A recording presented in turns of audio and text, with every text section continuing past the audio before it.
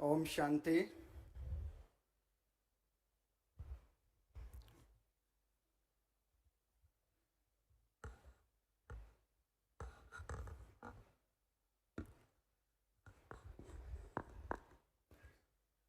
Prajapita Brahma Kumari Ishwariya Vishwavidyalaya Rajyoga yoga education and research foundation and media wing के माध्यम से आयोजित ये 3 दिवसीय राष्ट्रीय कॉन्फ्रेंस के लिए जो आपने हमको इनविटेशन दिया है, मैं उसके प्रति प्रजापिता ब्रह्मा कुमारी ईश्वरीय विश्वविद्यालय के लिए दिल से आभार व्यक्त करता हूं।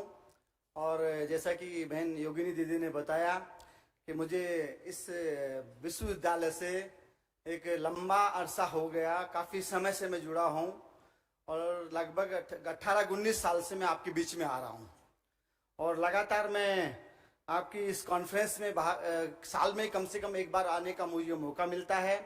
आज एक महत्वपूर्ण विषय में जो हमारी कॉन्फ्रेंस आपने रखी है, empowered media for global piece and harmony, विश्व शांति के लिए सद्भाव और उसकी भूमिका सशक्त उसके लिए मीडिया की भूमिका पर जैसे इम्पोर्टेंट विषय पर आप हर साल हमको बुलाते हैं, चिंतन मनन करते हैं, विचार विमर्श करते हैं और मुझे इस बात का गर्व है, इस बात की फख्र मुझे इस बात को हमेशा रहती है कि मैं इस विश्वविद्यालय के माध्यम से न केवल मीडिया प्रोफेशनल टीचर्स के साथ मेरा जुड़ाव हुआ है, बल्कि स्टूडेंट्स के साथ, पत्रकार बंधुओं के साथ, संपादकों के साथ और मैनेजमेंट फील्ड से जुड़े हुए अलग अलग मीडिया फ्रेटर्निटीज के प्रोफेशनल के साथ मुझे जुड़ने का मौका दिया है। उसके लिए हम हमेशा शुक्रगुजार रहते हैं।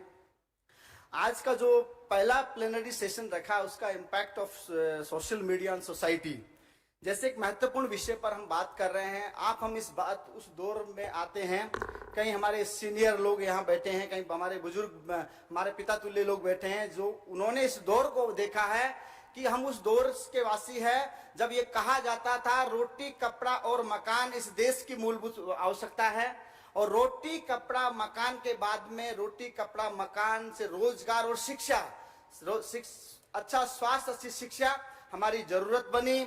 आज हम 21st सेंचुरी में रोटी कपड़ा मकान शिक्षा स्वास्थ्य और रोजगार से आगे बढ़कर सोशल मीडिया के एरा में एंट्री कर रहे हैं। आज मैं इस बात का गर्व मुझे इस बात का है कि 96 से मैं आईटी सेक्टर से जुड़ा हुआ हूं और कई लोग इस बात से वाकिफ है कि हम उस दौर के व्यक्ति हैं जब कंप्यूटर आया था, सीडी कमांड के थ्रू हम कंप्यूटर को ऑपरेट किया करते थे। लेकिन आज हम सीडी कमांड वाले लोग आईटी के दौर में किस तरह से एंट्री कर गए, हमने उसकी कोई ट्रेनिंग नहीं ली, लेकिन लगातार उसके साथ जुड़ने के बाद कब हम कौन से फेज में एंट्री हो गए हमको मालूम ही नहीं पड़ा। और मैं इस बात को भी बड़ा फक्र के साथ कहता हूं कि जब भी कोई नई चीज आती है तो निश्चित रूप से उसका फायदा सबसे ज्यादा हमारे मुआशरे के लोगों को मिलता है। और डॉक्टर सोमनाथ जी ने कहा कि बाबा साहब भीमराव अम्बेडकर ने जब जो मूक नायक अखबार निकाला था उसके पीछे कंसेप्ट था the voice of voiceless people, मूक ऐसे लोगों की आवाज देना उस अखबार के माध्यम से जिनका अपना कोई वजूद नहीं था, जिनकी कोई आवाज नहीं थी। लेकिन डेमोक्रेसी में ये हमारी जिम्मेदारी बन जाती है कि उन लोगों को प्रतिनिधित्व कौन देता है, किसके माध्यम से उनकी आवाज सरकार तक पहुंचाई जाएगी। यही विजन लेकर बाबा साहब ने वो अखबार निकाला था। उसके बाद जब बाबा साहब को संविधान बनाने का मौका मिला 1949 में, बाबा साहब ने बड़ी अच्छी बात कही कि आप कितना ही अच्छा संविधान बना लीजिए, अगर उसको लागू करने वालों की मनसा इरादे अच्छे हैं तो बुरा संविधान भी अच्छा साबित होगा, लेकिन लागू करने वालों की मनसा अगर ठीक नहीं है तो अच्छा संविधान भी बुरा साबित होगा। यही चीज हमको जीवन में फॉलो करने का जरूरत है। कोई भी चीज इजाद होती है, कोई भी चीज दुनिया में आती है एक पॉजिटिव एस्पेक्ट के लिए आती है, दुनिया में ट्रांसफॉर्मेशन के लिए आती है, लेकिन उसको इस्तेमाल करने वाले किस लहजे से, किस विजन के साथ, किस इरादे के साथ उसका इस्तेमाल करते हैं। मुझे अच्छी इस बात का फख्र है कि हमने याहू मैसेंजर के दौर से सर हम जुड़े हैं। याहू मैसेंजर को कितने लोगों ने यूज किया है मुझे नहीं पता। याहू मैसेंजर से लेकर आज सोशल मीडिया तक, चाहे इंस्टाग्राम हो, यूट्यूब हो, फेसबुक हो, ट्विटर हो, जितने भी नए मीडिया टूल्स आज आए हैं, मुझे इस बात का फख्र होता है कि मैंने बहुत जिम्मेदारी के साथ, बहुत अच्छे इरादे के साथ उसका इस्तेमाल किया है। प्लीज नेक्स्ट भाई, नेक्स्ट नहीं हो रहा। तो जब हम पत्रकारिता के फील्ड में आए थे तो ये सोच के आए थे कि मुट्ठी में कुछ सपने लेकर, भरकर जेबों में आशाएं हैं। कई सारे मेरे पत्रकार आज भी इसी इरादे से आते हैं, मुट्ठी में कई सपने लेकर जेबों में भर के आशाएं हैं, दिल में ये अरमान यही कि कुछ कर जाएं, कुछ कर जाएं। यही सोच के मैं इस मीडिया फील्ड में आया। लेकिन मुझे बड़ा निराशा के साथ इस बात को कहना पड़ता है, और कई बार लोग मुझसे कहते हैं कि मीडिया ने तो बड़ा आपको ऑनर दिया, बड़ा सम्मान दिया, आपको इतना इज्जत दिया। लेकिन मैंने कहा मैं बिल्कुल इस बात से मुतासिर हूं, इस बात को बड़ी ईमानदारी से एक्सेप्ट करता हूं कि मुझे बहुत ऑनर मीडिया से मिला है। लेकिन मुझे तो ऑनर मिला, लेकिन मेरे समाज को नहीं मिला, मेरे व्यक्ति को नहीं मिला, मेरे देश को नहीं मिला, और आपकी जो जिम्मेदारी होनी चाहिए थी। और इसी निराशा भाव से मैंने 2008 में प्रिंट मीडिया को मैंने छोड़ा। मैंने कहा कि हम तो बड़े सपने लेके आए थे, ये करेंगे, इतना बदलाव करेंगे। लेकिन वहां आके 3 साल की पत्रकारिता में मुझे एहसास हुआ कि मेरे जैसा गांव देहात से आने वाला व्यक्ति, कमजोर व्यक्ति मीडिया में रह नहीं सकता, सच बोल नहीं सकता। आपको वही बोलना पड़ेगा जो आपके मालिकों को पसंद है। हमने कहा हमको मंजूर नहीं आपकी पत्रकारिता, आप अपनी पत्रकारिता रखिए, लेकिन रहेंगे पत्रकारिता के अंदर। ये बात सही है कि हम पत्रकार के लिए फिट नहीं थे, हमने वो प्रोफेशन छोड़ना मुनासिब समझा, लेकिन हमारे मूल्यों के साथ हमने समझौता नहीं किया। 2005 में हम जब आए, 2005 में जब ब्रह्मा कुमारी विश्वविद्यालय के साथ हमारा जुड़ा, तो मैं आपकी विश्वविद्यालय के लिए कहूंगा कि मुझे उस दौर में, उस संकट के दौर में वो संबल, वो ताकत, वो हौसला आप लोगों ने दिया उस दौर में, वरना मैं टूट चुका था। मुझे नहीं पता था कि मुझे करना क्या है, मुझे नहीं पता था कि कौन सी राह अडॉप्ट करनी है, क्योंकि पत्रकारिता में मैं फेल साबित हो चुका था। लेकिन प्रजापिता ब्रह्मा कुमारी ईश्वरीय विश्वविद्यालय के संपर्क में आए, और मैं आपके लिए इतना ही कहूंगा कि किस तरह से शुक्रिया कहे आपको, किस तरह से शुक्रिया कहे आपको। जमीन से उठाकर दिल में बिठा लिया, जमीन से उठाकर दिल में बिठा दिया। इतना प्यार दिया आपने हमको कि बिखरे जीवन को संवार दिया, बिखरे जीवन को संवार दिया। और मैं हमेशा इस बात की पैरवी करता हूं, इस बात की एडवोकेसी करता हूं कि डेमोक्रेसी में जब बात मीडिया की होती है, फोर्थ पिलर की बात होती है, हमको इस बात से भी गुमान नहीं होना चाहिए।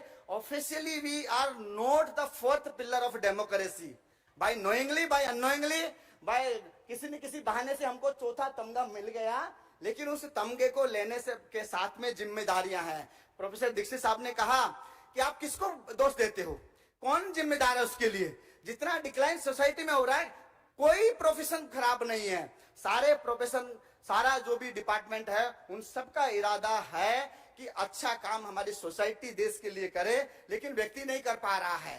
तो जिम्मेदार वो महकमा नहीं है, जिम्मेदार वो इदारे नहीं है, जिम्मेदार कहीं कहीं हमारी सोसाइटी है। और जो मूल्य हमने खो दिए हैं, जो जिम्मेदारी हमको मिली थी उस इदारे के माध्यम से, हम उसको ठीक से परफॉर्म नहीं कर पाए, उसकी वजह से आप चाहे इसको कितना भी जस्टिफाई करने का कोशिश करिए कि media is the fourth pillar of democracy, but it is also true कि we still not able to prove our importancy, our existence, our integral part of the democracy। तो मेरा कहने का तात्पर्य यह है कि डेमोक्रेसी में जब हम आते हैं, मीडिया की जिम्मेदारी है उन चीजों को प्रमोट करना, उन चीजों, डेमोक्रेटिक प्रिंसिपल्स के बारे में बात करना, transparency, accountability and freedom of speech. केवल अकाउंटेबिलिटी की बात, जवाबदेही। पहली बार मुझे स्वर्गीय प्रभास जोशी साहब से मिलने का सौभाग्य मिला। जोशी साहब ने मुझसे पूछा कि आप क्यों इस फील्ड में आए हैं। मैंने कहा मैं रिस्पॉन्सिबिलिटी, अकाउंटेबिलिटी और ड्यूटीज को निर्वाह करना चाहता हूं। बोला आपको मालूम है अकाउंटेबिलिटी क्या है, आपको मालूम है आप कितने भारी भरकम शब्दों का इस्तेमाल कर रहे हैं। मैंने कहा सर आज तो मुझे मालूम नहीं है, लेकिन निश्चित रूप से एक दिन मैं इसको प्रूव करूंगा कि हम जिस देश के लिए, जिस सोसाइटी में रहते हैं, वहां हमारी ड्यूटी, अकाउंटेबिलिटी, रिस्पॉन्सिबिलिटी सोसाइटी के प्रति क्या है। मैं आज इसको फक्र के साथ कहता हूं कि सोशल मीडिया में इतना इन्वॉल्वमेंट होने के बावजूद भी, मैं सोशल मीडिया पे इतना मैं लिखता हूं, इतने समय 15-20 साल से, या कहूं कि 28 साल से मैं IT कंप्यूटर का इस्तेमाल कर रहा हूं, कभी किसी तरह की नेगेटिव एक्टिविटीज में हम इन्वॉल्व नहीं हुए। कभी मेरे सोशल मीडिया प्लेटफॉर्म्स के माध्यम से या किसी ट्विटर्स के माध्यम से कोई नेगेटिव इंपैक्ट सोसाइटी में हमने जाने नहीं दिया। ये हमारी जिम्मेदारी थी, क्योंकि हम हर व्यक्ति को इन चीजों का इस्तेमाल करने से पहले वो सेंसर का इस्तेमाल करना पड़ेगा, वो सेंसर अपने ऊपर लगाना पड़ेगा। अगर आपके पास वो सेंसर नहीं है तो please, it is my humble request to all of you कि हमको इस ऐसे प्रोफेशन के साथ जुड़े रहने का कोई अधिकार नहीं है। डेमोक्रेसी में मीडिया की जिम्मेदारी, ये बात सच है कि हम परिवार वाले हैं, हमको भी अर्न चाहिए, हमको भी लाइवलीहुड चाहिए, हमको भी परिवार पालने के लिए रोजी रोटी चाहिए, लेकिन इस प्रोफेशन को इस रोजी रोटी के नाम पर आप डिक्लाइन नहीं कर सकते।